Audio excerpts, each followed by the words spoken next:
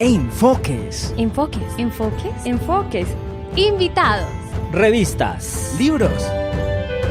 Experiencias innovadoras. Eventos. Enfoques, un espacio para la democratización del conocimiento y con sentido social.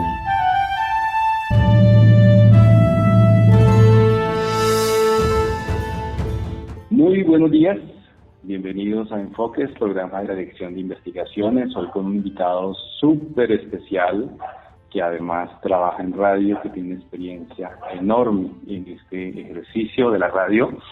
Pero antes de presentarlo, quiero saludar a quienes nos siguen a través de las 14:30 AM y de las distintas redes sociales. Para todos un gran saludo, un abrazo fraterno desde mi minuto, por supuesto, acompañando a toda la comunidad académica. Y dicho esto, saludo a Víctor Andrés Rojas. Víctor, buenos días. Querido Orlando, buenos días a Orlando y a toda la audiencia que nos sigue en esta emisora Uniminuto Radio. Es un gusto estar con ustedes. Y un placer enorme que hoy nos acompañe en este espacio porque queremos presentar el último libro de Víctor Andrés. Y digo el último porque es que no es el primero ni será el último, por supuesto, sino el último en esta época que recoge unas experiencias muy importantes, que es Filosofía para Niños, Experiencias Pedagógicas. Desde ahí queremos compartir con la audiencia todo este trabajo que el profesor Víctor Andrés ha venido realizando. Y quiero partir de la experiencia personal porque yo entiendo, Víctor, que esto arranca con un interés muy personal y que posteriormente se va expandiendo. Y quisiera que compartiéramos con la audiencia cómo fue ese primer momento de encuentro con la filosofía para niños y luego cómo se fue vinculando y sumando muchas otras personas al punto de que este tema de filosofía para niños ha cobrado gran relevancia para Uniminuto y ya iremos ampliando pues el espectro. Pues así es, pues qué alegría poder recordar, porque recordar es vivir, como dice por ahí una frase. Ya usted lo decía, hemos estado recorriendo un camino ya de muchos años en el tema de la filosofía para niños. Yo recuerdo que mi encuentro con este tema fue hacia el año 98, cuando me encontraba cursando los estudios de licenciatura en filosofía y por fortuna tuve en el curso de didáctica de la filosofía, en ese entonces con el profesor John Larry Rojas, una lectura de Matthew Lipman. En ese curso él era mi profesor, John Larry, y me dio a leer un artículo de Matthew Lipman, el libro Filosofía en el aula, en el que se presentaba una manera para articular la filosofía con la pedagogía, cómo se relacionaban estas dos cosas que para mí durante la carrera habían sido como medio oscuras. Yo me encontraba estudiando la licenciatura y veía por un lado la filosofía y veía por otro lado la pedagogía. Era como tener el papá y a la mamá divorciados, era algo así. Y el uno como hablando del otro, encontraba profesores que hablaban maravillas y otros no tantas maravillas de la filosofía y otros maravillas y no tantas maravillas de la pedagogía. Eran como dos cosas que no se reconciliaban. Y cuando leo a Matthew Lipman me doy cuenta de cómo ese señor logra reconciliar esas dos disciplinas y hacer de la filosofía una manera práctica que se encontraba en un aula y que se podía trabajar con niños y que se podía desarrollar desde ejercicios muy cotidianos. Entonces me encantó eso y empecé a explorar y a investigar sobre esa temática que me llamó poderosamente la atención. Empecé a asistir a los congresos que se estaban haciendo por ese entonces en Colombia, empecé a buscar las personas que en Colombia venían haciendo ese trabajo para entrevistarlos. De hecho, mi trabajo de grado, el pregrado en ese momento, lo hice investigando sobre el pensamiento crítico de Matthew Lipman.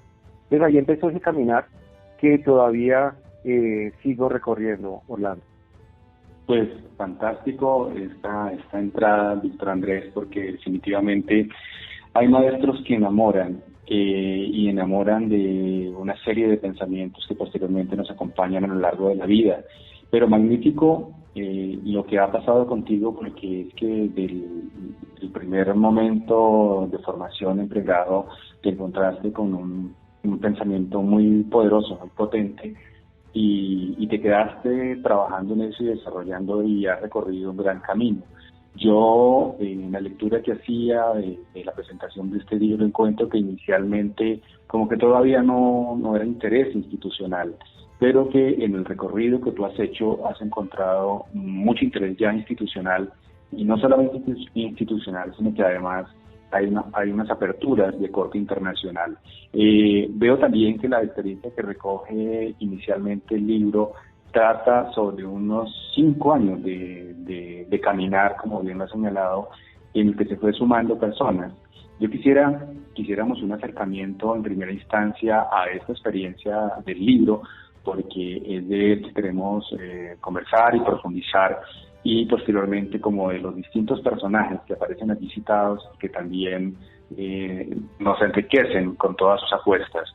Entonces, ¿cómo ha sido esta preparación de estos 5 o tal vez más años, Víctor Andrés, para este seminario internacional de filosofía para niños, y que recoge de alguna forma este libro? Porque hay mucha riqueza en muchos aspectos que quisiera que fuéramos tocando, como por ejemplo la memoria fotográfica, como por ejemplo las conferencias, los talleres, los distintos paneles que se pudieron desarrollar.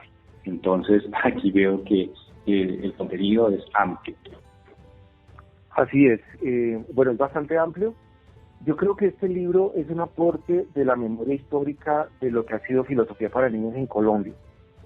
La propuesta de Filosofía para Niños en Colombia, bueno, en Uniminuto ya decía que hacia el 98 yo personalmente la conocí, pero pues ya se venían explorando algunas cositas con el profesor John Larry, tal vez en el 97 estaban haciendo cositas, y después de eso Uniminuto pues siguió muy comprometido con el tema, pero paralelo a Uniminuto había muchas instituciones que venían trabajando el tema de filosofía para niños, y por supuesto estaba el profesor Diego Pineda, quien es la persona que participó de la formación de filosofía para niños en New Jersey con Matthew Lipman, y a raíz de esa formación y el encuentro que tuvo con Matthew Lipman de manera personal, logró acercarse a su obra y además traducirla, adaptarla a Colombia, y empezó a divulgarse por todo el país de una manera interesante desde su trabajo en la Javeriana, pero junto con él otras personas como Nancy González en el Colegio San Bartolomé, en ese entonces Carolina Ferro, bueno, otras tantas personas que empezaron a desarrollar este trabajo. ¿Por qué digo esto? Porque se fueron haciendo otros congresos en Colombia, entre ellos un congreso latinoamericano de filosofía para niños, que en ese momento yo también empecé a asistir como estudiante. Este se hizo en Manizales, por ejemplo, en el 2014, en el 2004, perdón, se hizo en Manizales, se hizo otro en Ibagué, y fueron congresos nacionales y latinoamericanos de filosofía para niños. Pero lo curioso de eso fue que ese trabajo se fue quedando atrás. Ninguna institución como que tomaba la bandera de hacer un congreso nacional, y ahí fue donde nosotros en Uniminuto, en el 2008, dijimos, bueno, pues hagamos un seminario internacional de filosofía para niños. El Consejo de Facultad de la Facultad de Humanas y Sociales en ese entonces tomó la decisión y nos lanzamos a hacer ese congreso. De hecho no lo llamamos congreso porque eso implicaba tener una secuencia, y los anteriores se habían perdido ya como la secuencia, nadie había tomado como el liderazgo de ese trabajo. Entonces le llamamos Seminario Internacional de Filosofía para Niños, que le pusimos una sigla que es CIFIN. Y en ese 2008 nació el CIFIN. Trajimos a una persona de España, al profesor Juan Carlos Lago, una autoridad en el tema de la perspectiva social de filosofía para niños, y él nos acompañó como conferencista principal, junto con él otros tantos conferencistas locales, y nos dimos un primer paso hacia la configuración de un evento que reuniera investigadores, estudiantes y personas que estaban trabajando el tema de filosofía para niños en el país. Eso fue muy importante para Colombia, y eso ya empezó a ubicar a Uniminuto como una institución líder que empezaba a trabajar en esto. Pero como también lo dice tal vez el avenida popular, uno puede, es fácil hacer un primer evento, pero mantenerlo es lo más difícil. Entonces nos largamos a hacer un segundo, y después un tercero, y ya vamos en un quinto. Y fue hacer una continuidad de un seminario que reuniera expertos, investigadores, docentes, estudiantes y además instituciones que en Colombia estuvieran haciendo el trabajo de filosofía para niños. Y le pusimos el adjetivo internacional porque siempre empezamos a buscar personas de afuera que nos aportaran, que vinieran como conferencistas. Y de hecho en las últimas versiones ya no solo venían personas como conferencistas, sino que venían como participantes. Entonces el evento empezó a tener un carácter internacional, con una participación muy fuerte. Por ejemplo, el último que hicimos tuvo una participación muy fuerte de personas de Brasil y de México, curiosamente, aunque fuera un evento con una perspectiva muy local en este momento, que es el CICIN. Eso a nivel de los autores que participaron, entre ellos, por ejemplo, Félix García Morillón es uno de los que nos acompañó también en uno de los seminarios. En el libro hay un recorrido fotográfico muy bonito. El libro está dividido por años, entonces aparece S1 como el seminario 1 en 2008, después aparece S2 del seminario 2 2009, y así sucesivamente hasta contar los 5 seminarios que terminó en el 2013, fue el último que está aquí por lo menos compilado en este evento. El sexto, porque ya hubo un sexto, no estaba dentro de este libro porque se cerró el libro hace unos años y no se las memorias del sexto se publicaron en otra revista. Así que es un recorrido, Orlando, muy muy interesante. Uno mira el libro, pasa páginas, ve fotografías de la historia de estos seminarios, y como lo decía inicialmente, esto hace parte de la historia de la filosofía para niños en Colombia. Y hay, Víctor, en el puro centro del libro, una fotografía bellísima de unas aves. No sé si esto tenga un sentido muy particular, porque veo como una especie de templo, pero hay una alusión tal vez a la naturaleza nuestra, latinoamericana, tan fuerte, ¿no? Esto es como para contarle a los oyentes y que puedan imaginar de alguna forma la riqueza que pueden encontrar allí en este material visual. Así es, Orlando. La ilustración del libro fue realizada por un estudiante. Conoció a un chico en una de mis clases de pedagogía, y este estudiante me hizo un trabajo muy muy interesante a través de una caricatura. Yo quedé encantado de su trabajo. Le puse a leer el libro y la evidencia era hacer algo distinto a un ensayo. A veces los profesores creemos que la única manera de registrar los procesos de conocimiento es escribiendo un ensayo. Yo ahí me quería aventurar a otras maneras estéticas de registrar los saberes, y les pedí que lo hicieran a su estilo. Y ese chico llamado Luis Carlos Rivera lo hizo a través de la caricatura. Yo no sabía que tú eras caricaturista, y empecé a acercarme a su trabajo. Él, un profesor de colegio, y entonces me mostró su trabajo y le pedí que para este libro fuera el ilustrador. Entonces él empezó a hacer aquí en este libro un trabajo de caricaturas. Se vectorizaron algunas imágenes, incluso aquí está caricaturizado Matthew Lipman y Freire, por ejemplo, en la portada del libro, junto con un niño en el centro. En el centro de Freire y de Lipman hay un niño. Eso es bien diciente en el mundo educativo y filosófico, que la infancia esté en el medio del conocimiento y los saberes de los pensadores como Freire y Lipman, que coinciden en el tema de la criticidad del pensamiento. Y el niño, nada más crítico, el pensador crítico que un niño. En este caso, el hijo de uno de los profesores del proyecto Martínez, que es Juan Carlos, ahí está su hijo. Pero a lo que te refieres de la imagen de los pájaros, es un trabajo hermoso de un pintor venezolano que se llama Nelson Callejas, y este pintor, él le dio esta obra a Angélica Sátiro en alguna de sus proyectos, y Angélica nos mostró y nos presentó a este señor, y nos dijo, mire, esto podría ser la portada de uno de los eventos, seminarios internacionales que estamos haciendo, porque los últimos seminarios lo hicimos en alianza con Angélica Sátiro y con la Asociación Crear Mundo. Entonces se llamó Seminario Internacional de Filosofía para Niños y Congreso Internacional de Innovación y Creatividad Social, una alianza que hicimos con ella.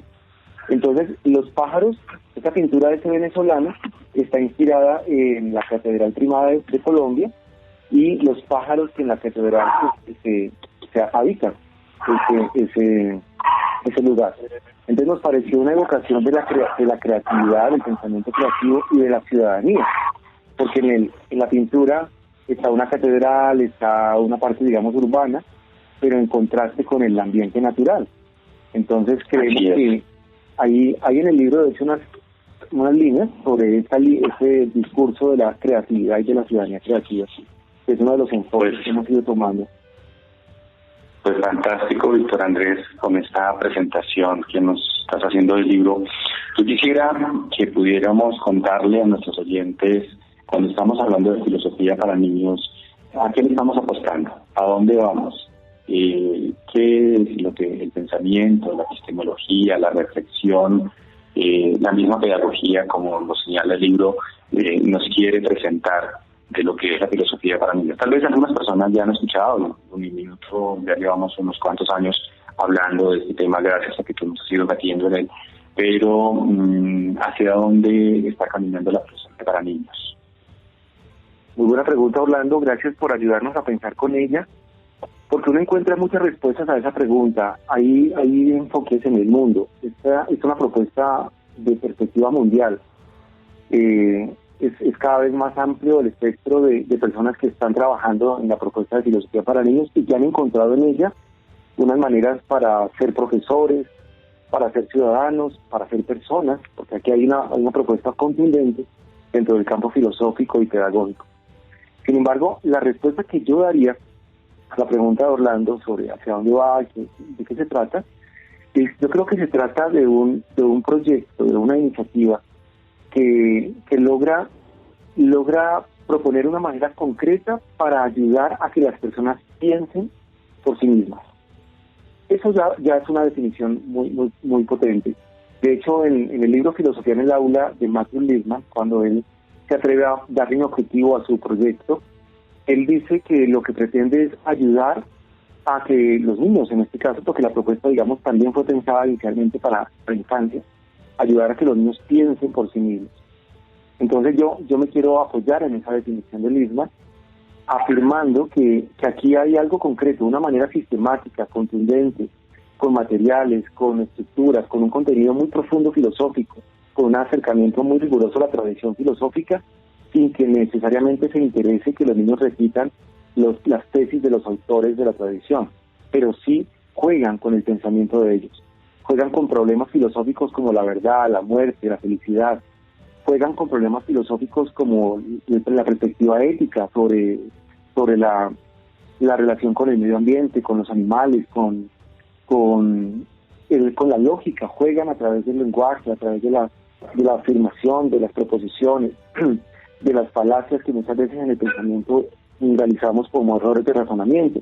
Con todo eso se puede uno acercar en filosofía para niños, y los niños mismos se pueden acercar a esto desde los materiales que la propuesta trae.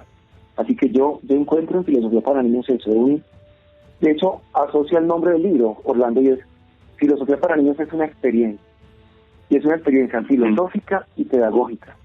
Es una experiencia porque es una manera de vivir. Las experiencias son situaciones que viven, que acontecen en el ser humano. Y en filosofía para niños lo que hay es una experiencia de hacer filosofía y de hacer filosofía práctica y de relacionar la filosofía con la enseñanza, con el aprendizaje del pensamiento. Y por eso es una experiencia pedagógica también. Porque en filosofía para niños uno aprende a pensar por sí mismo. Fíjense que no, el verbo que utiliza Lipman es aprender a pensar o ayudar a que los niños piensen, más que enseñar a pensar. Por ahí un autor como John Dewey, por ejemplo, que en el libro Cómo Pensamos afirma que es difícil que una persona le pueda enseñar a otra a pensar. Él tal vez se niega a hacer esa afirmación. Y yo tal vez estoy coincido con ello y me acerco a esa perspectiva. Yo creo que lo que tenemos que hacer con las personas, con la ciudadanía, con el mundo de la vida, es que las personas aprendan a pensar por sí mismos. Ayudémosles, démosles materiales, pero dejémoslo que caminen solos en el aprendizaje y que descubran sus propias potencialidades en el pensamiento. Entonces lo que hace Filosofía para Niños desde sus novelas y materiales es como prender el botón para que la gente empiece a activar esas capacidades que tiene. Podemos hablar entonces que se trata de un acto de libertad, ¿cierto?, al que estaríamos nosotros encaminando a los que pasan por nuestra vida. Un acto de libertad, y en este acto de libertad me encuentro con un concepto muy potente, con una idea muy potente al revisar el libro, y es las comunidades de diálogo. A mí me encantaría, doctor Andrés, que nos hablara, no sé si comunidades de diálogo es el método que se está usando para aprender a pensar y orientado hacia un acto libre en el que, por supuesto, cada sujeto, cada individuo, cada persona, cada niño, cada padre, cada docente puede hacerse cargo, por supuesto, de su propia reflexión, y creo yo que encontrar los nexos con quienes podría, por supuesto, sumar vitalidad a esa perspectiva. Así es, Orlando. Yo creo que la comunidad de diálogo es el vector central de la propuesta de Filosofía para Niños. Hay como unos ejes que atraviesan la propuesta de Filosofía para Niños, y uno de ellos es la comunidad de diálogo. Tal vez otro de los ejes pueda ser el desarrollo del pensamiento, la noción misma de pensamiento, pero en esta de la comunidad de diálogo es bien interesante porque es una de las maneras cómo nos encontramos, cómo activamos la experiencia. Si hablábamos ahora de una experiencia tanto filosófica como pedagógica, las experiencias se viven, se caminan, se transitan y hay algo que detona esa experiencia. En este caso lo que la detona es la participación de un ambiente comunitario, de un ambiente de encuentro, de relación humana, social. Lippmann, para la noción de comunidad de diálogo, tuvo en cuenta muchos autores y muchas perspectivas filosóficas, incluso psicológicas, como la de Vygotsky, por ejemplo. La misma noción de comunidad, de aprendizaje, es muy fuerte en Vygotsky, o las comunidades de investigación que planteaba Popper, o el mismo Kuhn. Son ambientes deliberativos en los cuales se genera conocimiento, pero en comunidad. Hay comunidades investigativas, encuentros humanos que desarrollan perspectivas de investigación y que desarrollan preguntas y formulan juicios. Entonces Lippmann tomó como esa noción de comunidad y la planteó en esta propuesta a manera de un ambiente de deliberación, de desarrollo de preguntas, un ambiente de construcción de juicios, un ambiente de planteamiento de preguntas, comunitario, social, incluso circular. Eso tiene un carácter muy horizontal, en tanto que no hay una jerarquía de saberes, sino que hay un facilitador, en este caso puede ser un profesor o una persona que facilita el diálogo, alguien que acompaña el proceso de la comunidad. Y es una comunidad de diálogo porque es una comunidad de saberes que van y vienen, que dialogan. Ese diálogo es un movimiento dual del saber, del conocimiento, del ir y venir de ideas, del ir y venir de perspectivas. Otros traducen esto como comunidad de investigación, también se habla de comunidad de indagación, son conceptos que Lippmann en su obra plantea, pero en un minuto nos ha gustado mucho la noción de diálogo y tal vez la hemos acuñado más que la de investigación y de indagación por nuestra misma perspectiva social, esa mirada hacia la noción de diálogo en Freire, por ejemplo, que incluso hay un artículo del profesor Jair Duque sobre Freire, a nosotros nos gusta y por eso planteamos la noción de comunidad de diálogo como más cercana a la experiencia. Y dentro de los seminarios internacionales, de hecho, que estamos aquí recogiendo en el libro, la metodología que utilizábamos en muchos momentos era hacer comunidades de diálogo con los participantes. Entonces, había espacios en los que los participantes hacían diálogos filosóficos. Y aquí se presentan, hay un artículo por ahí de Andrés Frías, por ejemplo, que fue un taller, una comunidad de diálogo en el evento, hay otro de Marcela Rojas, que fueron comunidades de diálogo realizadas en el Seminario Internacional de Filosofía para Niños. O sea que cada comunidad de diálogo puede tener distintas orientaciones o distintas características. Así es. Cada comunidad de diálogo puede tener lo que llamaría Lippmann una idea orientadora. Uno puede girar una discusión filosófica en torno a una idea. Y lo curioso de esta idea es que no siempre la presenta el facilitador. Nosotros estamos acostumbrados a que el profesor llega con el tema a la clase y dice, hoy vamos a hablar de la libertad. En el caso de filosofía para niños hay unos pretextos que son los que se proponen a un grupo para dialogar. Hay en Marfil, que es la propuesta de filosofía para niños de un minuto, nosotros llamamos a estas comunidades de diálogo ambientes de encuentro mediados por 3 tipos de diálogo. Nosotros hablamos de diálogo con el texto, diálogo con el otro y diálogo consigo mismo. Creemos que al interior de la comunidad uno se mueve por esos 3 diálogos. Y el diálogo con el texto es ese texto que en términos de Riquet el texto puede ser algo que lo activa, que activa el diálogo, que activa el pensamiento. El texto puede ser una canción, el texto puede ser una obra literaria, el texto puede ser una pintura, el texto puede ser uno puede dialogar con ello, como lo plantea también Gadamer. Uno dialoga con la obra de arte y en ese encuentro con la obra de arte uno empieza a hacerse preguntas, uno empieza a crear. Entonces eso es lo que nosotros hacemos en las comunidades de diálogo, presentar un texto, pero cuando tú te encuentres, por ejemplo, hablando con una obra de arte, vas a una galería, no siempre el tema lo suscita el autor de la obra. El autor dejó ahí la obra, pero es posible que a usted le llame la atención un matiz, un color, una forma, y por ahí se vaya. Así pasan en los encuentros de las comunidades de diálogo. Y cuando el chico lee el texto, la novela, puede ser una novela de Lippmann, es posible que no le interese lo que le interesaba al profesor, y él haga una pregunta sobre un aspecto que le llama la atención. Entonces lo que sucede en estas comunidades es algo bien bonito, que es ahí la línea más democrática, y es que el grupo decide por cuál perspectiva se quiere ir a dialogar. El profesor lo que hace es ir activando, ir facilitando, ir sacando las preguntas, casi muy mayéuticamente, y se hace un plan de diálogo. Algunos llaman a ese plan de diálogo como un plan de discusión. Entonces se hace ese plan de discusión y el grupo escoge por cuál pregunta se quiere ir. Y ahí empieza la comunidad de diálogo a debatir, a hacer filosofía como tal. Ahí se hace filosofía. Entonces lo bonito es eso, que es una comunidad en la que yo me siento partícipe, pero no necesariamente para dejarme llevar por donde el profesor me quiere llevar, sino para pensar por mí mismo. Sí, fantástico. Y Andrés, se me ocurrió una idea aquí, y ya que eres pedagogo y has trabajado tanto tiempo con niños y con distintas comunidades, que que pudiéramos sugerir a nuestra comunidad de oyentes hoy, sean padres de familia, estudiantes o profesores, cómo a partir de este mismo fenómeno que estamos viviendo de cuarentena, de encierro, pudiéramos nosotros también generar a partir de este mismo tema comunidades de diálogo, ¿no? Como una pequeña orientación que tú pudieras darnos en este momento acerca del mismo tema y la misma realidad que estamos viviendo, y que sea de pronto funcional, para recoger un poco la idea que estás proponiendo, en el sentido en que vamos entre todos construyendo, ¿no? Y un estudiante puede llegar con una idea y nosotros de construirla.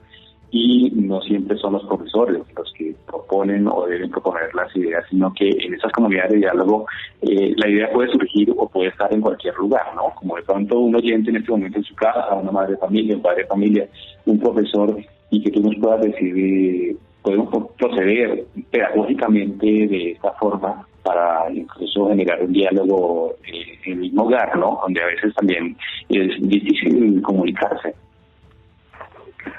Así es, Orlando, pues qué bueno tener esa oportunidad de decirle a los que nos siguen en este momento, a los que nos escuchan, que también podemos hacer comunidades en casa. Las comunidades de diálogo, de hecho la casa es una comunidad, nada más próximo a la noción de comunidad que la casa, ese ambiente de vida vital en el cual nosotros estamos y que hoy tenemos que habitar más tiempo junto con alguien. Entonces aprovechar ese espacio de encuentro y de confinamiento para dialogar sería una belleza. ¿Cómo podemos dialogar? Cualquier cosa susceptible, diría por ahí Pestalozzi, que es uno de los pedagogos que también influyó mucho en lo que nosotros hacemos en las comunidades de diálogo. Él dice que no hay nada ni tan trivial que en manos de un habilidoso pedagogo o profesor se vuelva un tema susceptible de ser filosófico. Es decir, nada es trivial para un filósofo o para una persona que pedagógicamente quiera filosofar y quiera desarrollar un pensamiento. Y uno en la casa tiene muchas cosas con las cuales puede pensar. La misma comida, el televisor, la tecnología, una canción o una pintura, cualquier cosa puede ser susceptible para ser problematizado filosóficamente. En filosofía para niños utilizamos mucho la literatura. Nos encanta trabajar con ella porque ella tiene una riqueza para conectar las emociones y también para conectar el pensamiento y la reflexión. Entonces desde ella se abre como una puerta hacia la imaginación, se abre como una puerta hacia la pregunta. Uno con la literatura sueña, recorre mundos, escucha otras perspectivas, se inspira en modos de pensar y de ser. Entonces desde ahí Lippmann plantea todos unos textos riquísimos a nivel filosófico para filosofar.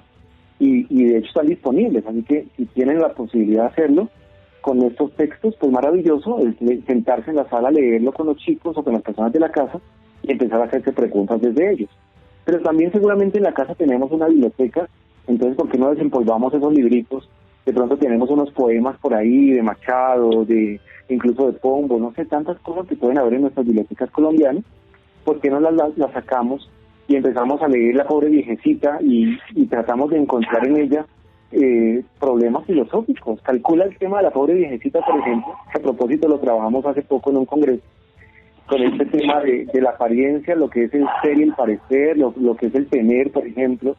Entonces todo el tema de la identidad sale ahí, y lo que hace un facilitador interesante aquí es aprovecharse de preguntas para activar el pensamiento. Yo creo que las preguntas son como la manera de prender los botones, es como hundir el botón. Cuando uno hace una pregunta, le ayuda a la persona que empieza a pensar. Entonces, si uno, después de leerse un libro o algo, o incluso verse una película, uno abre una pregunta como, ¿qué te hace pensar esta película? ¿Qué fue lo que más te hizo pensar en esta película? ¿Qué pasaría si, o puedes darle un ejemplo de la idea que estás planteándonos? No sé, hay tantas preguntas que pueden ayudarnos a abrir esa filosofía. De esa manera, la sugerencia que yo hago, Orlando, para este tiempo de COVID es eso, es acerquémonos a la familia, a la gente que está habitando con nosotros, y hagámonos preguntas. En el mismo comedor, cuando estamos en la mesa, hablando del país y de los problemas del gobierno, preguntas filosóficas de eso. Fantástico. Me parece muy bien, y esto lo vinculo a otro elemento que encontré en el libro, en revisarlo, y es lo que tiene que ver con la inteligencia lingüística, porque si bien hay métodos pedagógicos, hay reflexiones que podemos proponer en términos comunidades, ya nos das un ejemplo de cómo activar en nuestros propios hogares distintas maneras de generar este diálogo. Veo también que el uso del lenguaje o la inteligencia lingüística es muy importante en la filosofía para niños. Yo quisiera que al respecto, doctor Andrés, comentaras un poco cuál es esta relevancia, cuál es esta importancia que puede tener la inteligencia lingüística y cómo interviene, digamos, en la filosofía para niños. Así es. A propósito del tema del lenguaje y la inteligencia, hay un artículo de una autora, ella es de Venezuela, Isandra. Es una persona bastante inquieta que ha estado explorando sobre el mundo de la filosofía para niños, incluso sobre el mundo religioso. Y ella tiene un artículo que se llama Lippmann, Enseñar, Lenguaje, Inteligencia. Y en este artículo ella está mostrando cómo el lenguaje hace parte de lo que somos. O sea, somos lenguaje, de alguna forma también lo expresan otros autores de la tradición. Y si somos lenguaje, nuestras creencias, las expresiones particulares que tenemos, nuestros discursos, todo está cargado de un orden lingüístico. Es una herramienta para comunicarnos, es una herramienta activa en la cultura. En ese sentido, el ser lenguaje tiene en este caso la cualidad de ser necesario para el encuentro, para la comunicación entre los seres humanos. Es algo que está arraigado a lo que somos. ¿Y qué es lo que hacen las comunidades y los ambientes de filosofía? Pues es apoyarse justamente en ese lenguaje para generar encuentros y para explorar un poco más a partir de ese lenguaje en las formas como pensamos. Es decir, que hay una conexión muy estrecha entre el lenguaje y el pensamiento. Si bien el pensamiento es parte de lo que somos, nuestra expresión de pensamiento, las maneras como nosotros generamos unas reflexiones individuales, están marcadas por códigos, por maneras lingüísticas de ser expresadas. En ese orden de ideas, en filosofía para niños uno encuentra una marcada fuerza y un marcado interés en ayudar a afinar esa expresión lingüística, o ayudar a afinar o a desarrollar esas maneras como pensamos lingüísticamente. Y una de las formas que trabaja esto es la lógica, por ejemplo. El ejercicio y la enseñanza de la lógica en filosofía para niños tiene un lugar muy importante. Hay toda una novela, por ejemplo, interesada en la manera como desarrollamos los procesos del pensamiento reflexivo, que es la novela llamada El descubrimiento de Harry, en la que unos personajes de unos 11, 12 años están indagando sobre eso, sobre temas del lenguaje, sobre expresiones mismas que formulan cuando están en una clase, cuando salen de ella, y que empiezan a generarle interrogantes en su mente, y que empiezan ellos incluso a jugar con las palabras, a voltear las palabras, y a darse cuenta que al girar las palabras cambia el sentido de las afirmaciones o de las oraciones o no. Entonces, en ese caso, lo que hace filosofía para niños también es ayudar a que, partiendo del lenguaje, partiendo de las expresiones, partiendo del sentido de la comunicación, las personas logren mejorar sus procesos de pensamiento. Recuerden que uno de los verbos que decíamos ahora es ayudar a pensar mejor. Entonces, todo el tiempo está buscándose eso, está buscando que las personas afinen un poco más sus destrezas de pensamiento con los insumos que tienen. No es que vaya a ser algo artificial que sacamos de otros contextos, sino que desde los propios recursos que tiene el sujeto, como su lenguaje, empieza a mejorar sus procesos de pensamiento. Y además eso está conectado con la vida. Hay una dimensión también ética aquí muy bonita, Orlando, y es que no solamente estamos formando como sujetos medio cerebritos que van por ahí caminando porque son muy afinados en el lenguaje y en las maneras lógicas de pensar, sino que estamos formando sujetos que éticamente también tienen un compromiso con ellos y un compromiso con el otro. Eso es muy importante señalar.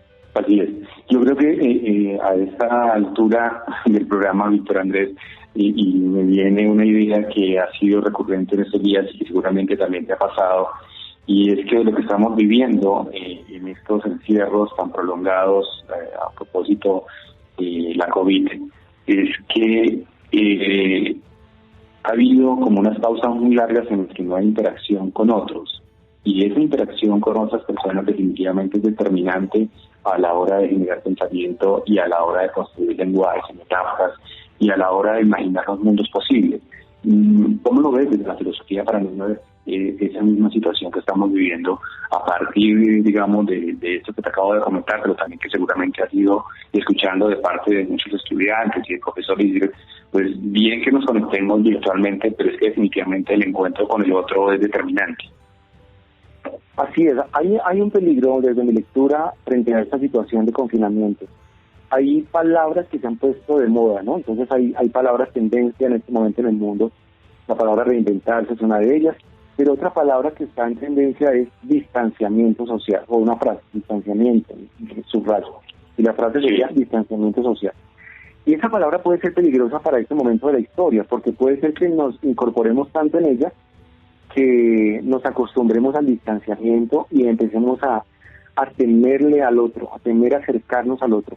Si bien nos estamos acercando desde lo virtual, porque ha sido también un mundo para abrir las ventanas virtuales y nos estamos acercando de esta forma, de hecho en este momento nos estamos acercando desde el oído a las personas en su casa, pero se está viviendo el distanciamiento, estamos con miedo, nos ponemos tapabocas, nos cubrimos, nos protegimos porque sentimos que el otro nos puede contagiar. Y claro, eso va en contravía de lo que estamos predicando, digámoslo así, en Filosofía para Niños, y es el encuentro con el otro, es el diálogo, es lo social, es el trabajar en cooperación, es el construcción con...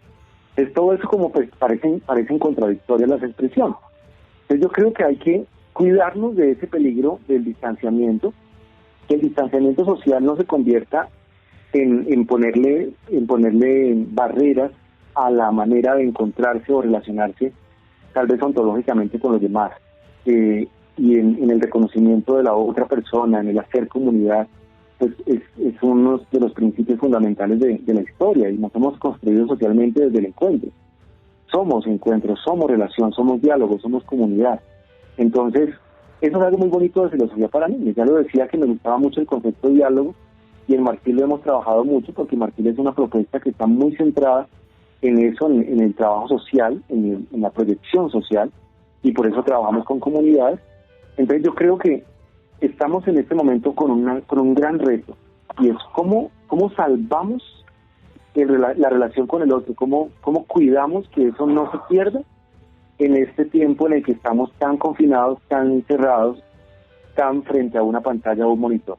Ojalá que no se nos olvide el olor del otro, ojalá que no se nos olviden las tonalidades y las texturas de la piel del otro, porque en ese momento nos volvemos un disco duro o nos volvemos simplemente un sonido que se reproduce a través de un receptor como un celular o un computador. Claro, el timbre de la voz. Y frente a esto mismo, Víctor Andrés, hay otro elemento que trabaja muchísimo la Filosofía para Niños que me llamó poderosamente la atención, y tiene que ver con que la pedagogía se ha interesado siempre por plantear respuestas, ¿no? Y por las respuestas. Pero es necesario que desarrollemos una pedagogía más de la pregunta. Y creo que viene muy al caso, como nos está diciendo en este momento, cómo podemos nosotros ayudar a generar preguntas, porque no es tan fácil. Entonces a mí me encantaría pues que andáramos un poco en esta dinámica y en esta pedagogía de la Filosofía para Niños. Ese otro de los ejes, también como subrayaba al comienzo, de que hay varios ejes. Ese es uno potente, está muy centrado en la línea del pensar. La pregunta para los griegos, por ejemplo, en toda la tradición filosófica griega fue muy importante. Sócrates, por ejemplo, Platón, esa paideia griega que nos hemos estudiado, hace referencia a la pregunta. La pregunta era ese vehículo desde el cual se accedía al conocimiento, se accedía a la verdad, de alguna manera.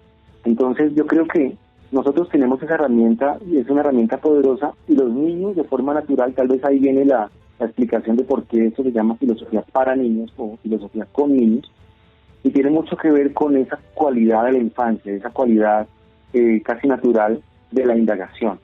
La indagación, el preguntarse, el asombrarse, el querer saberlo todo y estar haciéndose preguntas continuamente. Todos tenemos ese niño o conocimos ese sobrino o ese hijo que a la edad de 4 o 3 años ya empezaba a hacernos tantas preguntas y nos empezaba a abordar diciéndonos por qué y eso qué es y para qué. Pues es porque está en esa fase de querer conocerlo todo, que está asombrándose ante todo y que se está haciendo preguntas, y esas preguntas son las que lo llevan a indagar más y a querer estructurar un poco más sus saberes. ¿Qué es lo que pasa? La escuela se convirtió en el lugar especializado para responder esas preguntas. Entonces nos especializamos en responder las preguntas a los niños y creemos que ahí estamos haciéndoles un gran aporte porque les estamos dando una enseñanza. Pero resulta que sí, les estamos haciendo una enseñanza, les estamos enseñando la respuesta y les estamos enseñando a conocer que eso que pregunto es, pero no lo estamos dejando pensar por sí mismo ni le estamos llevando a que él mismo descubra la respuesta. O sea, el problema aquí no es la respuesta, sino cómo llego a la respuesta. El problema es cuando yo no llego por mí mismo, sino que otro me la impone, me la induce, me la presenta. Cuando tú encuentras las cosas por ti mismo, te quedas con ellas. Cuando tú encuentras las otras por otro, esas cosas no quedan aferradas a ti, sino quedan apegadas, que se despegan. Así pasa con muchos conocimientos. Tantas cosas que en la vida aprendimos porque nos lo enseñaron otros, ya se nos olvidaron. Pero seguramente esas grandes cosas que a nosotros se nos ocurrieron y que llegaron por nosotros mismos, ahí las tenemos todavía ancladas a nuestro gran espectro de conocimiento. Entonces creo que en Filosofía para Niños estamos muy interesados en que el niño aprenda a preguntar y se pregunte filosóficamente y no solamente haga preguntas retóricas o preguntas para ser contestadas con un sí o con un no, sino que el niño se atreva a formular preguntas más profundas, más filosóficas, y él lo hace todo el tiempo. Entonces, como él lo hace, lo que hacemos es cultivar para que lo siga haciendo, es ayudarlo a que siga explorando esa línea propia que tiene del pensar. Entonces yo creo que aquí hay un gran movimiento pedagógico que tiene que ver con el nombre del libro, de esas experiencias pedagógicas, y es que necesitamos hacer una inversión en el proceso de aprendizaje, y es ayudar a que las personas piensen a través de la pregunta. Si nosotros en las clases, por ejemplo, llegáramos a las clases y no nos asustaran como profesores las preguntas de los estudiantes, sino que desde ellas empezáramos a dar la clase, pues sería más interesante, porque estaríamos ayudando a que el niño explore. Pero ¿qué es lo que hace un examen? El examen lo que hace normalmente es que el profesor llega con el cuestionario y el estudiante responde. Y si el estudiante responde bien lo que el profesor quería que respondiera, pasa la materia o pasa el examen. Aquí estamos proponiendo otra cosa, y es que el niño sea el que pregunte y que desde él mismo llegue a la respuesta. Entonces, claro, eso es otro movimiento pedagógico, Orlando. Seguramente no todo el mundo le guste, es arriesgado, es difícil, es distinto, pero hemos descubierto en los muchos años de experiencia que tiene sentido. Que a propósito de eso, muchos de los artículos del libro son de personas que han explorado esta experiencia y la han validado. Entonces, por ejemplo, el profesor Nelson Bedoya, que en el momento en que escribía el artículo trabajaba con unas comunidades marginales en Ciudad Bolívar.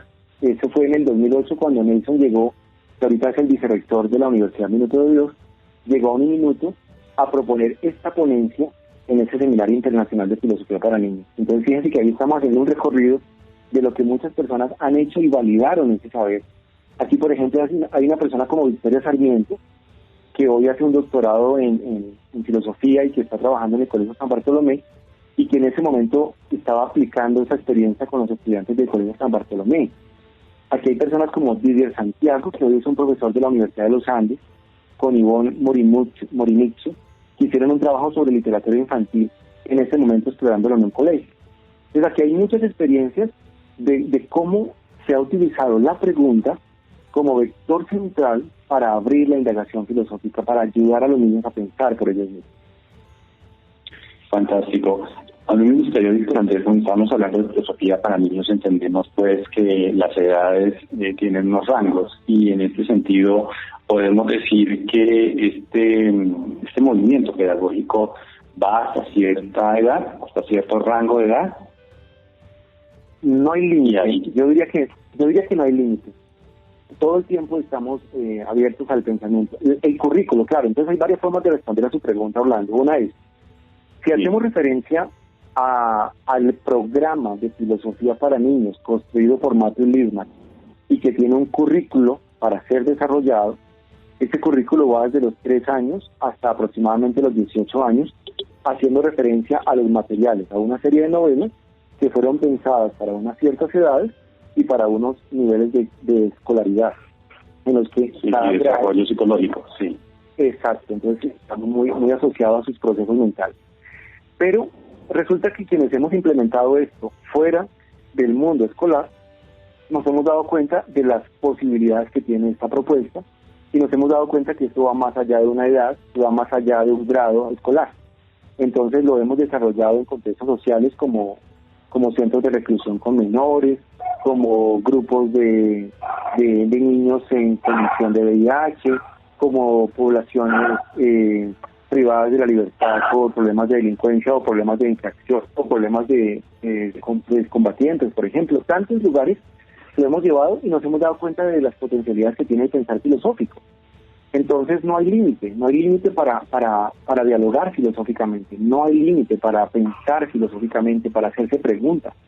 Desde el momento en el que el niño se hace las primeras preguntas como qué, que puede ser, tal vez hoy con los desarrollos que hemos tenido en las infancias, uno ya ve niños de 2 años generando ese tipo de interrogantes, pero también ve personas de 90 años o más generando esos interrogantes. Así que la vida viene acompañada de preguntas, está ahí, anclada en la historia humana la pregunta, el filosofar está anclado en la historia humana. Así que lo que hay aquí es una propuesta que se puede utilizar en el colegio y que tiene mucha fuerza y que se ha utilizado y validado, pero que cuando se saca de la escuela también tiene fuerza y también tiene lugares de aplicación.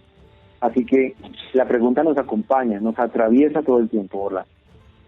Fantástico, Víctor Andrés. Pues mira, lamentablemente en radio, y tú sabes, el tiempo se nos va en un segundo. Ya estamos llegando al final. Agradezco muchísimo porque nos has acompañado hoy en este espacio de enfoques.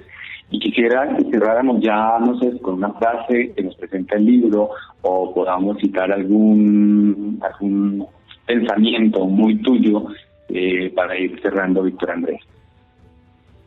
Pues claro que sí. Finalmente, estamos encontrándonos, estamos viendo en la propuesta de filosofía para niños unas maneras y unos modos de ser, unas maneras para dialogar consigo mismo, para dialogar con el otro, para encontrarnos. Una frase que me ha acompañado en los últimos años con el proyecto Marfil es: cuando las personas se encuentran, el mundo se transforma. Yo creo en el encuentro a la manera de comunidad de diálogo y creo que cuando uno se encuentra de verdad con el otro te transforma. No eres el mismo cuando te has encontrado profundamente con el otro. Te transformas. Y eso es lo que sucede con las comunidades de diálogo. Así que yo los invito para que se encuentren ahora en el tiempo de confinamiento, pero también para que se encuentren con este libro que, Orlando, lo pueden encontrar en el repositorio Uniminuto o lo pueden descargar de la página marfil.uniminuto.edu.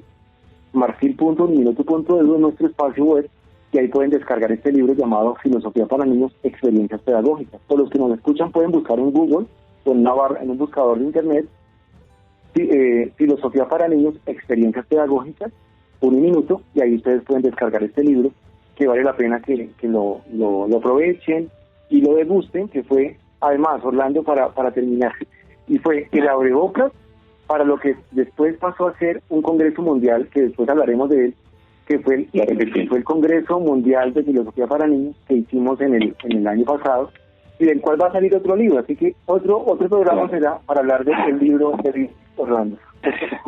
No, pues ya desde ahora invitadísimo, porque ahí hay un montón de personas que nos acompañaron y que por supuesto podemos citar, porque fue una experiencia absolutamente enriquecedora.